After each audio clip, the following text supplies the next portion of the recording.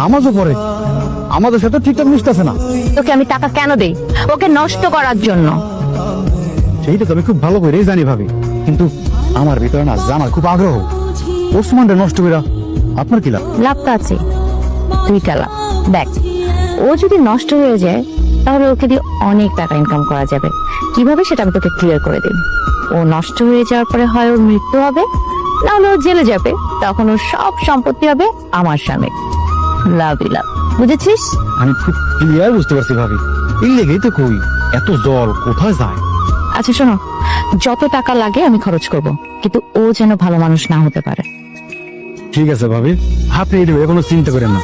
আমি ওসমানের পিছনে একটার পর একটা গিট্টু লাগাইতেই থাকুন, দেখুন ও কয়টা গিট্টু চালাইতে পারে। ঠিক আছে, আমি গেলাম। যখন যা লাগে আমাকে জানাবে, কিন্তু কাজটা ঠিক মতো হওয়া যায়। স্যার